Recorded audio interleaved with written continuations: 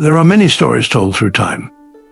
Kings and queens, warriors and wanderers, heroes born and heroes broken. But every legend begins the same way. Once upon a time, in the heart of the South, where the sun burned low, a bear cub was born with a warrior's glow. No riches, no crown, no nobleman's lair, just breath in his chest and fire to spare. The elders all whispered, he's just one of many. But fate doesn't ask and legends start with any. He was raised near the clay where the hard lessons start, where hunger carves muscle and silence shapes heart. One morning they came the foxes, the bold, and took from the cub what could never be sold. His wooden-wheeled steed lay broken and bent, and silence was all that the wild winds sent. He ran to a lion who guarded the gate, his paws full of rage. They stole what was mine, the young cub declared. The lion just grinned, then take it back, if you dare. That moment the fire began to rise, not in his voice but behind his eyes. He trained by the river, by moon and by sun, each breath like a drum, each step like a run. He'd jab at the wind, he'd wrestle with stone, till his fists found a rhythm all of their own. The wolves called him loud. The elders said he is vain, but he answered with footwork and fire in his brain. He moved like a shadow, spoke sharp as a knife. If I must fight, said the bear, then I'll fight like it's life. The call went out, who dares face the beast? A monster of muscle, a hunger unleashed. None would approach, none but the bear. The beast all laughed.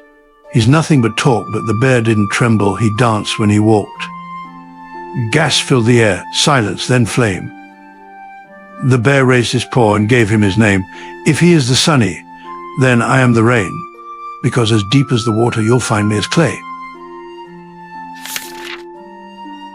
The crown was his. The beasts all cheered. His name was fire, his path was cleared.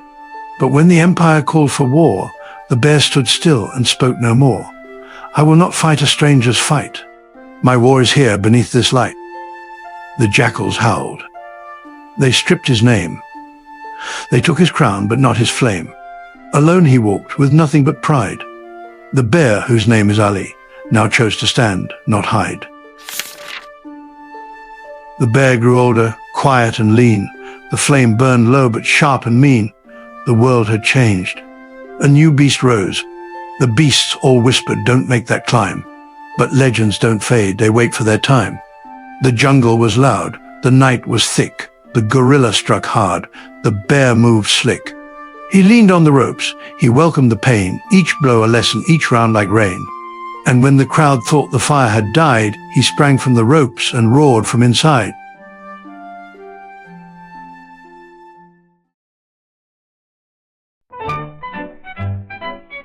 That story began long before the stadium lights and the cameras, in a city far from the jungles, Louisville, Kentucky.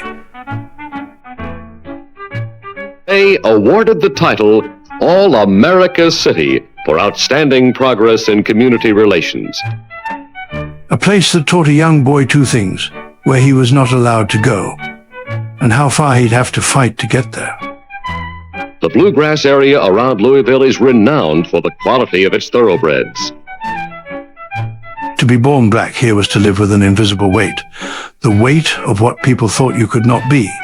It presses into every handshake, every glance, every job you never get to apply for. It doesn't break everyone, but it bends many. Living in a world like this doesn't just limit your chances. It rewires how you see yourself, consciously or not. Every slight, every look builds a constant awareness that you're being measured or judged, and always found lacking. For some, that breeds silence. For others, rebellion. How did you come to take up boxing?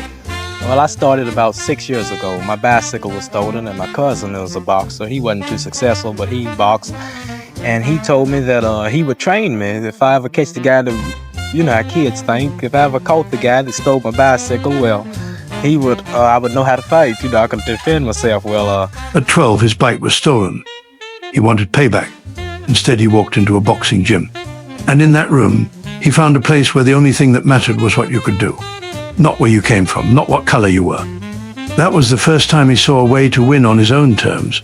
Boxing wasn't just sport, it was proof that skill could cut through judgment, But maybe Ali felt as boxing was the only escape that he saw from himself in the moment. Did you catch the guy who stole your bike? I never did. You still looking for him? No, not now. I was just a kid then.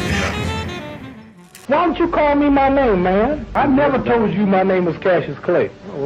My name is Muhammad Ali, and you will announce it right there in the center of that ring after the fight if you don't do it now. But a name can be a chain. Cassius Clay wasn't his name, Muhammad Ali was. That was his choice. That was him breaking the chain in front of the whole world, and most importantly himself. You ain't got no back off of me. Back off of me. Uncle Tom. That's what you are, Uncle Tom. Don't you like to be called Clay anymore? No, Clay was not my name. People, and Clay was a white man's name. It was a slave name. But choosing a name wasn't just about pride. It was about defiance. Every time he stepped in the ring, every time he spoke, he was reminding the world he would live free or not at all. The rebel lives by no leash. He is the one who refuses the script, even when the whole world demands he follow it. For Ali, rebellion was not chaos. It was survival. To kneel would have been to die, not in body, but in spirit. And that he would never allow. And I will say here boldly now on television, no, I will not go 10,000 miles from here to help murder and kill another poor people simply to continue the domination of white slave masters over the darker people of the earth. Words became his shield, rebellion his weapon. Without it, he'd risk disappearing into the silence that swallowed so many around him. The idea of being a slave to a rebel, locked in a system, disgusts and repulses them so badly that they'll rather die than be locked away. I don't want to help nobody get something my Negroes don't have. If I'm going to die, I'll die now, right here fighting you. You my enemy. My enemy is the white people, not Vietnams or Chinese or Japanese. You my opposer when I want freedom. You my opposer when I want justice. You my opposer when I want equality. You won't even stand up for me in America for my religious beliefs, and you want me to go somewhere and fight, but you won't even stand up for me here at home. Imagine being told every day that your name, your face, your very existence was second class. That constant pressure either crushes a person or makes them fight like their soul is on the line. For Ali, fighting wasn't optional. His ego, the very sense of I am somebody, depended on it. I'm still taking my people for riders, the white people. Tell me, champ, would you have been prepared to go into the army if it hadn't been for the Vietnam War? No, under no conditions do we take part in wars to take lives of other humans. Rebellion alone doesn't win every war. Fists and fire can shake the world, but Ali had another weapon, his tongue. Where others saw a clown, he saw a stage. Where they laughed at his boasting, he was planting seeds of truth. The jester is often mistaken for a fool, but he is no fool at all. He is the truth teller in disguise, the one who hides sharp wisdom inside laughter. Ali lived this card with every word. Where others fought with silence or rage, he fought with jokes, with rhymes, with poetry. Everybody stop talking now. Attention.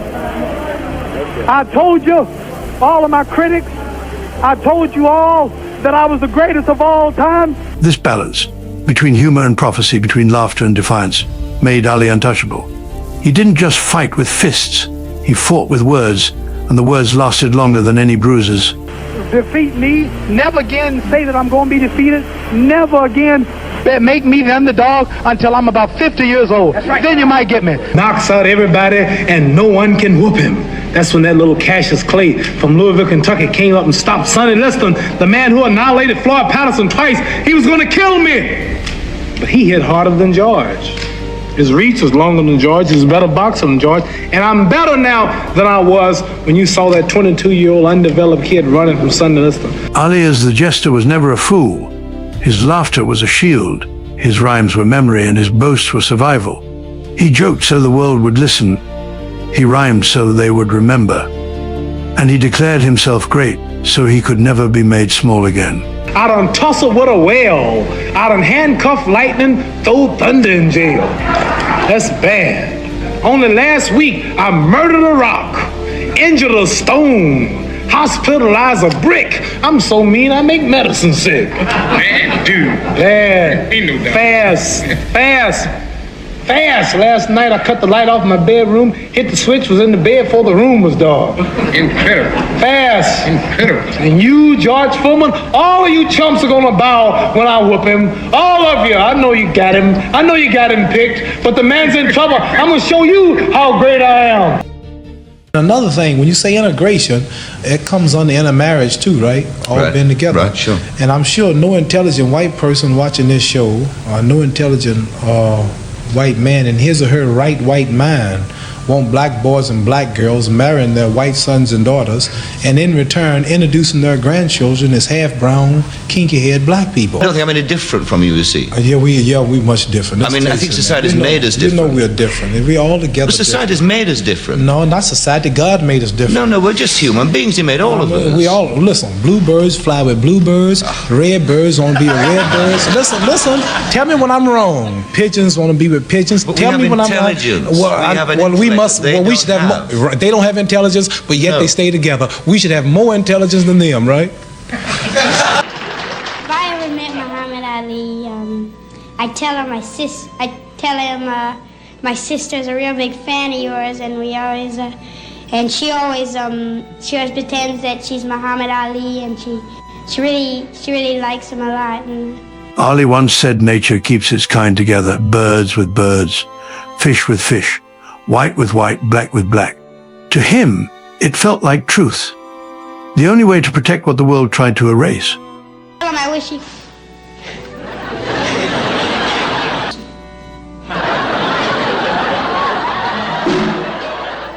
My name is Muhammad Ali. I'm the champion. I think it's sad that It ain't sad because I want my child to look like me. Every intelligent person wants his child to look like him. I'm sad because I want to blot out my race and lose my beautiful identity. Chinese love Chinese. They love the little slanted-eyed, pretty brown-skinned babies. Pakistanis love their culture. Jewish people love their culture. A lot of Catholics don't want to marry number Catholics. They want the religion to stay the same. Who want to spot up yourself and kill your race? You a hater of your people if you don't want to stay who you are. You shame what God made you. God didn't make no mistake when he made us all like we were. I think that's a philosophy of despair. But in that vision was the same wall he spent his life breaking. A cage built in reverse. Understandable. Yes, but still a cage. Segregation by choice. It was hypocrisy. But Ali was human. A man shaped by humiliation. His stance wasn't born of hate, but of experience. It's just nature. You can do what you want, but it's nature to want to be with your own. I want to be with my own. I love my people. That's all. I don't hate nobody. Ali showed us that greatness isn't about black or white. It's about the soul that outgrows both. The rebel fought chains. The jester gave us laughter. And the man, Muhammad Ali, reminded the world that the soul has no color, giving into his full belief in Islam, where the only one above is Allah. Muhammad, the kids have a message for you.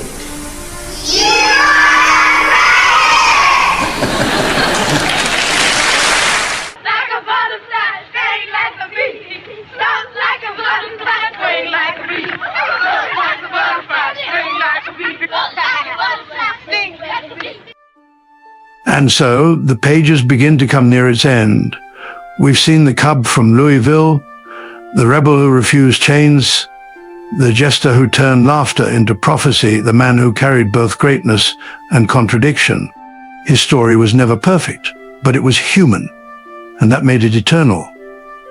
Let us finish. The bear grew slower with passing years, his voice grew soft, his steps unclear. A trembling paw, a hidden fight, a war inside that stole his might. Yet still he stood, though his flesh grew weak. For even silence needed fire to speak. The beasts all gathered from far and wide, not to mourn, but to stand with pride, for the roar he gave, the path he chose, the battles fought, the world he rose. And though the bear now sleeps in stone, his name, once spoken, stands alone,